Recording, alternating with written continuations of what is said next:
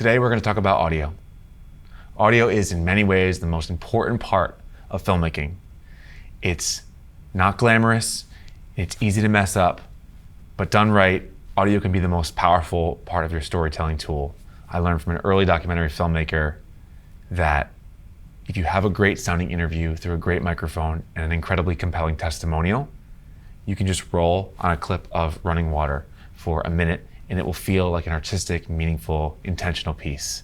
But if you have beautiful footage and really low quality, echoey, dissonant, brittle audio, it'll always feel amateur, regardless of how good the shooting is. Sound on a film set is only captured in a few ways.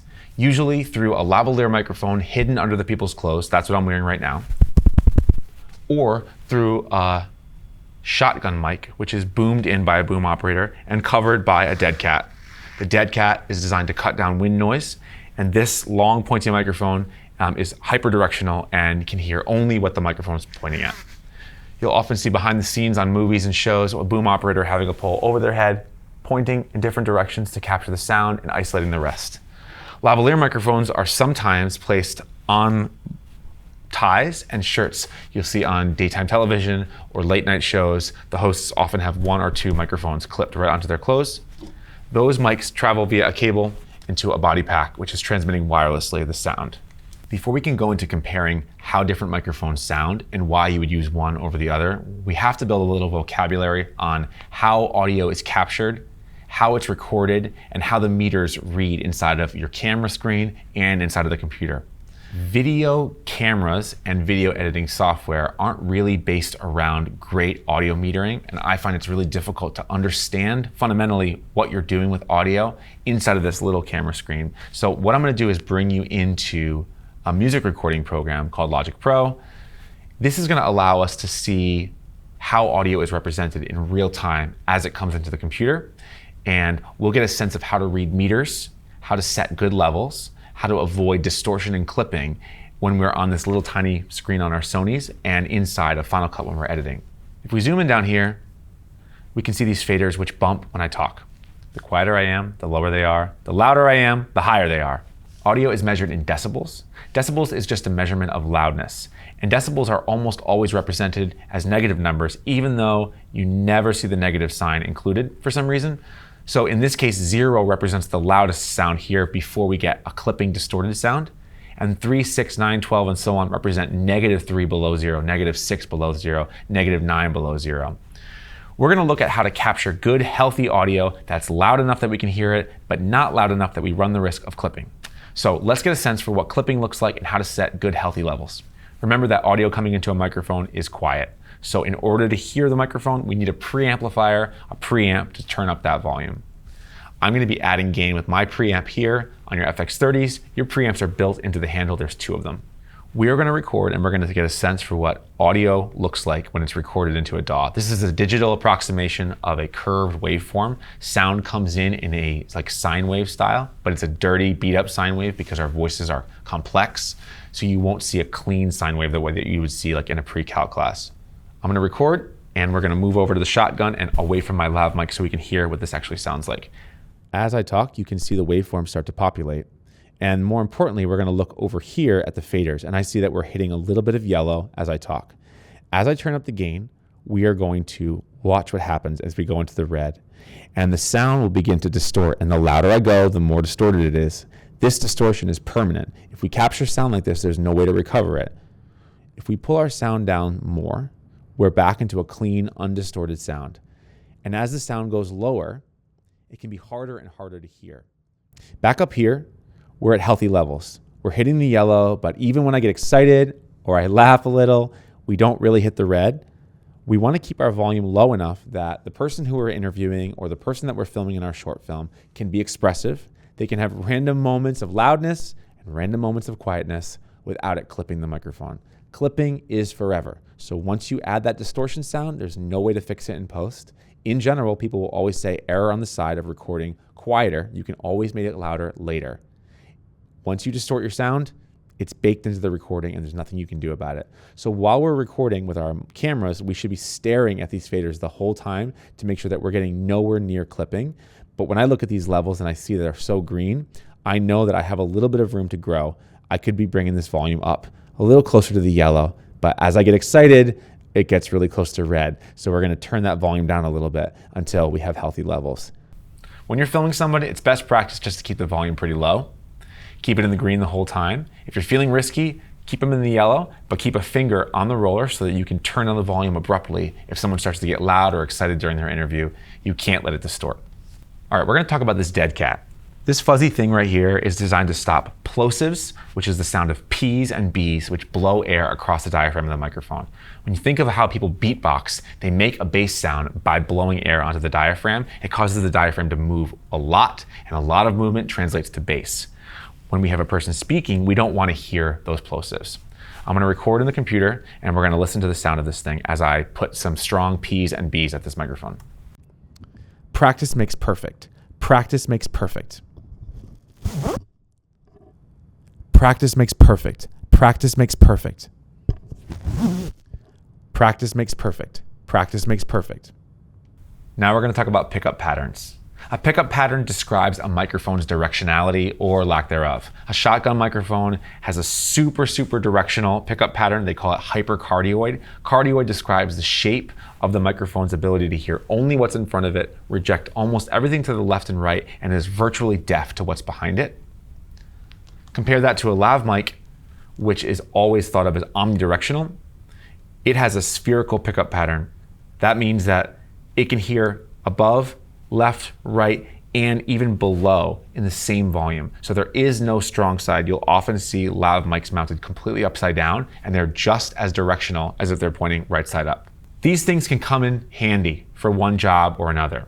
When we're thinking about filming a person speaking in a loud environment, a hyperdirectional shotgun mic can be a gift because you can point it directly at the thing you want to hear, and it will reject everything that's behind it. I want to go through some examples right now to show just how directional these microphones can be.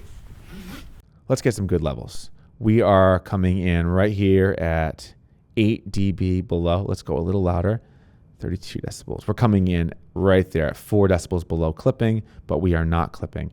And what I'm going to do is while I talk, I'm going to turn the microphone away from me. So here we go. I am talking 1, 2, 3, talking 1, 2, 3, talking 1, 2, 3, talking 1, 2, 3, 1, 2, 3, 1, 2, 3, 1, 2, 3, 1, 2, 3, 1, 2, 3.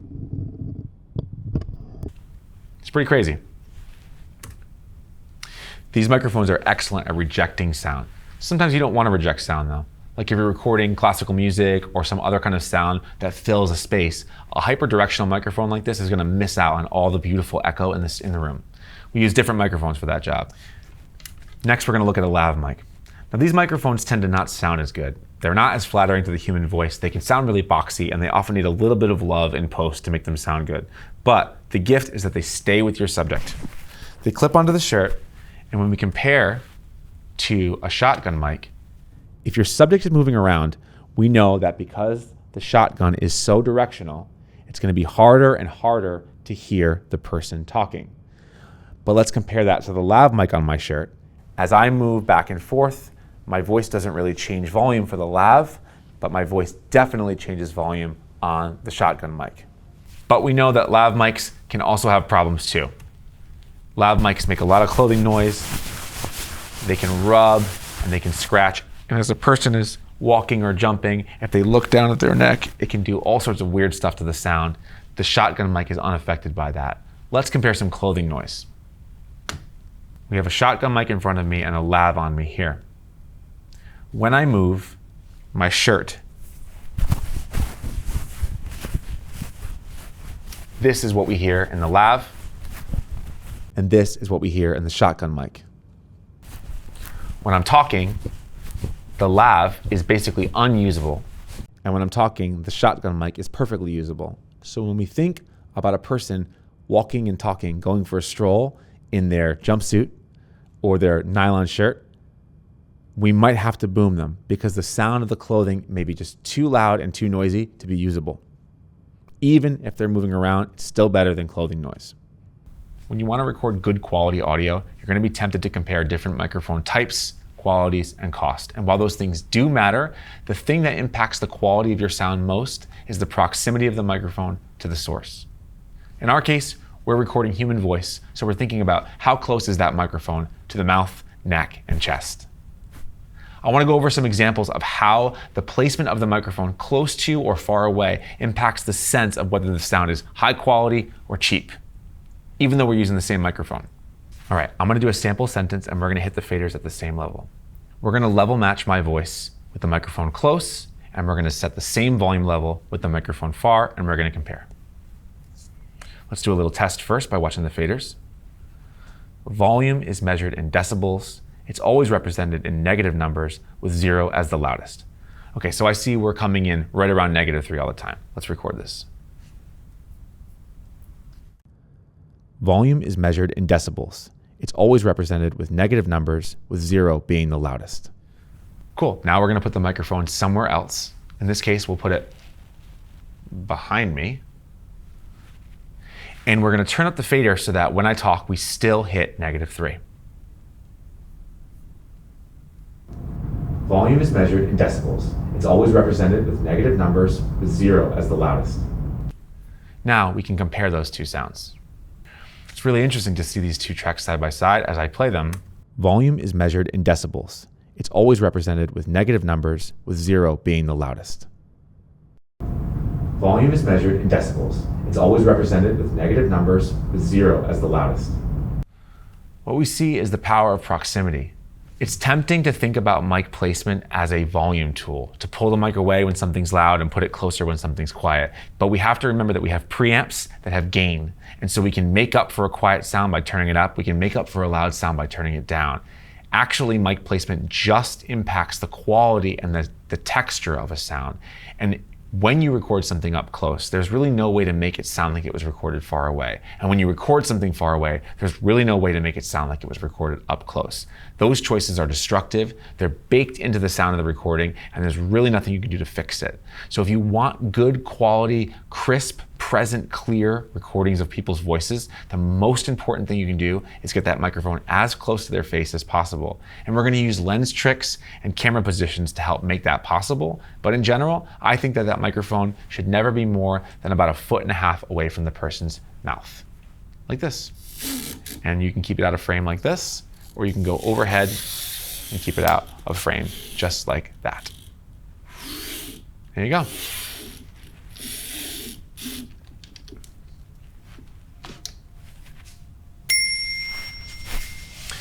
Should we really end on a wink? I don't think we should end on a wink. Goodbye.